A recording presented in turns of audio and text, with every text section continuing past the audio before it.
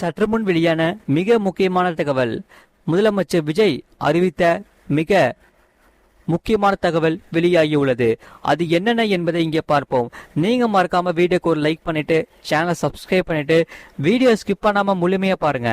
அதாவது அரசு பள்ளி மாணவர்கள் நலத்திட்ட உதவிகளை பெற ஜாதி சான்றிதழ், மாணவர்களின் ஆதார் எண், வங்கி கணக்கு எண் ஆகிய விவரங்களை கல்வித்துறை இணையதளத்தில் பதிவு செய்ய அனைத்து முதன்மை கல்வி அலுவலர்களுக்கும் பள்ளி கல்வித்துறை இயக்குனர் உத்தரவிட்டுள்ளார். அந்த வகையில் மாணவர்கள் கல்வி உதவித்தொகை உள்ளிட்ட நலத்திட்ட உதவிகளை பெற மாணவர்களின் ஜாதி விவரங்களை கல்வித்துறை இணையதளத்தில் பதிவு செய்ய உத்தரவிட்டுள்ளது. சலசலப்பை ஏற்படுத்தியுள்ளது. இதனால் தமிழக அரசு மற்றும் அரசு உதவி பெறும் பள்ளிகள் மட்டுமின்றி தனியார் பள்ளிகளிலும் பயிலும் அனைத்து மாணவர்களின் சமூக பிரிவு மற்றும் சாதி சான்றிதழ் விவரங்களை கல்வி மேலாண்மை தகவல் அமைப்பு இணையதளத்தில் துல்லியமாக பதிவேற்றம் செய்ய வேண்டும் என உத்தரவிடப்பட்டுள்ளது. மறக்காம வீடியோக்கு ஒரு லைக் பண்ணிட்டு பாருங்க. மாணவர்கள் சேர்க்கையின் போது சமர்ப்பித்த சாதி சான்றிதழ்களை கொண்டு இந்த விவரங்கள் ஆன்லைனில் உள்ளீடு செய்யப்பட வேண்டும். தவறுகள் ஏதேனும் இருந்தால் அவற்றை உடனடியாக திருத்தம் செய்யவும் அறிவுறுத்தப்பட்டுள்ளது.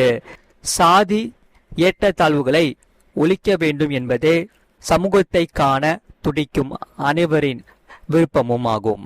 இதில் பள்ளிகளிலேயே மாணவர்கள் மத்தியில் சாதி ஏற்றத்தாழ்வுகளும் மோதல்களும் நிலவும் சூழல் தமிழகத்தில் உள்ளது. இதையடுத்து இதனை களைய அரசும் ஆசிரியர்களும் பல்வேறு நடவடிக்கைகளை மேற்கொண்டு வருகின்றன. இதனால் பள்ளி பெயர்களில் இருந்து சாதி பெயர்கள், விடுதி பெயர்களில் இருந்து சாதி பெயர்கள் அகற்றப்பட்டுள்ளன. எந்த சூழலிலும் மாணவர்களை நேரடியாகவோ மறைமுகமாகவோ சாதி பெயர்களை குறிப்பிட்டு ஆசிரியர்கள் அழைக்கவோ பேசவோ கூடாது என்ற கண்டிப்பான உத்தரவுகள் உள்ளது.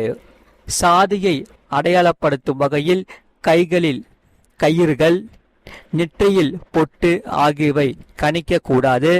அவர்கள் பள்ளிக்கு வரும் சைக்கிள்களில் சாதி குறியீடுகள் இருக்கக்கூடாது என்பது உள்ளிட்ட பல்வேறு அறிவுறுத்தல்கள் மாணவர்களுக்கு வழங்கப்பட்டுள்ளன. இப்படியான சூழலில்தான் அரசு பள்ளி மாணவர்கள் நலத்திட்ட உதவிகளை பெற சாதி சான்றிதழ் உள்ளிட்ட விவரங்களை கட்டாயம் கல்வித்துறை இணையதளத்தில் பதிவு செய்ய உத்தரவிட்டுள்ளது. இதில் சலசலப்பை ஏற்படுத்தி இருக்கிறது. சமீபத்தில் பள்ளி மாணவர்களுக்கு வழங்கப்படும் ஸ்மார்ட் அடையாள அட்டைகளில் சாதி விவரங்கள் இடம்பெற போவதாக தகவல்கள் வெளியாகி சர்ச்சையை கிளப்பிய நிலையில் மாணவர்களின் அடையாள அட்டைகளில் எக்காரணம் கொண்டும் சாதி விவரங்கள் அச்சிடப்படக்கூடாது. அது மாணவர்களிடையே பாகுபாட்டை உருவாக்கும் என்று தமிழக அரசு திட்டவட்டமாக மறுத்திருந்தது குறிப்பிடத்தக்கது. நீங்க மறக்காம வீடியோக்கு ஒரு லைக் பண்ணிட்டு சேனலை சப்ஸ்கிரைப் பண்ணிட்டு பாருங்க. அதே சமயம் நேற்று ரைடு, இன்று உத்தரவு அசத்தும் முதலமைச்சர் விஜய்.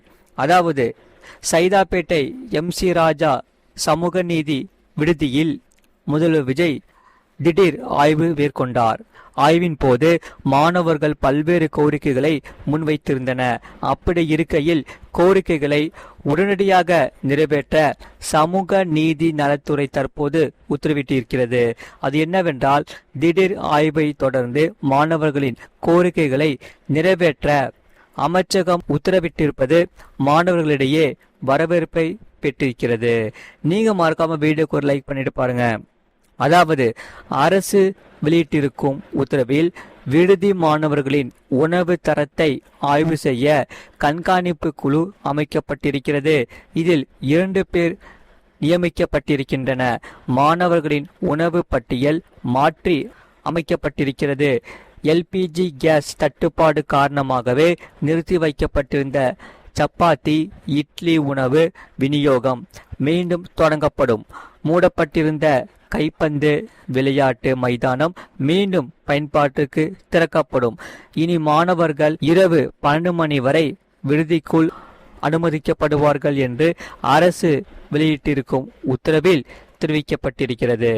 அதே சமயம் தனது ஆட்சியில் கமிஷன் கரப்ஷனுக்கு இடமில்லை என்று முதல்வர் விஜய் தொடர்ந்து கூறி வருகிறார். இதனால் மக்கள் மகிழ்ச்சியோடு இருக்கிறார்கள். இருப்பினும் அதிகாரிகள் மட்டத்தில் இன்னும் லஞ்சம் பெறுவது தொடர்ந்து வருகிறது. இப்படிப்பட்ட சூழலில் விஜய் நேரடியாக களத்தில் இறங்கி அதிரடி ஆய்வுகளை மேற்கொண்டு வருகிறார். சமீபத்தில் தான் சென்னை எழும்பூரில் உள்ள குழந்தைகள் நல மருத்துவமனையில் திடீர் ஆய்வு மேற்கொண்டு நோயாளிகளிடம் குறைகளை கேட்டறிந்தார். இதில் திடீரென சைதாப்பேட்டை MC ராஜா விடுதியில் ரெய்டு நடத்தியிருந்தார். அப்போது மாணவர்கள் பல்வேறு குறைகளை அடுக்கடுக்காக அடுக்கினர். குறிப்பாக உணவின் தரம் மிக மோசமானதாக இருப்பதாக குற்றம் சாட்டி வந்தன. மாணவர்கள்தான் நாட்டின் எதிர்காலம் என்கிறீர்கள், ஆனால் இப்போது வரை மாணவர்களுக்கு வழங்கப்படும் உணவின் தரம் மிக மோசமானதாக இருக்கிறது என்று இருந்தன. பல நேரங்களில் உணவில் வண்டு புழு கிடைப்பதாகவும் தெரிவிக்கின்றன. அதே போல வார்டன் மற்றும் விடுதியின் காவலர்கள் மாணவர்களை தரக்குறைவாக நடத்துவதாகவும், கோச்சிங் கிளாஸ் போய்விட்டு தாமதமாக வந்தால் விடுதிக்குள் அனுமதிக்க மறுப்பதாகவும் கூறுகின்றன. காவலர்களின் இந்த கட்டுப்பாடு காரணமாக பல நாட்கள் மாணவர்கள் வெளியில் பூங்காக்களில் தூங்குவதாகவும், இதனால் சமூக விரோதிகளின் தொந்தரவுக்கு ஆவதாகவும் தெரிவிக்கின்றன. இதையடுத்து செய்தியாளர்களிடம் பேசிய மாணவர்கள் தமிழக காவல்துறையின் உள்ள மோப்ப நாய்களுக்கு வழங்கப்படும் உணவு படி தொகையை விட மாணவர்களுக்கு வழங்கப்படும் உணவு படியின் தொகை மிக குறைவுதான். இதை அதிகரித்து வழங்கப்பட வேண்டும் என்று கோரிக்கை வைத்தனர். இதனால் மாணவர்கள் சொல்வது உண்மைதான். தமிழக காவல்துறையில் உள்ள மோப்ப நாய்களுக்கு ஒரு நாளைக்கு 300 ரூபாய் என்கிற விகிதத்தில் மாதம் ரூபாய், அதாவது 9000 ஒதுக்கப்படுகிறது.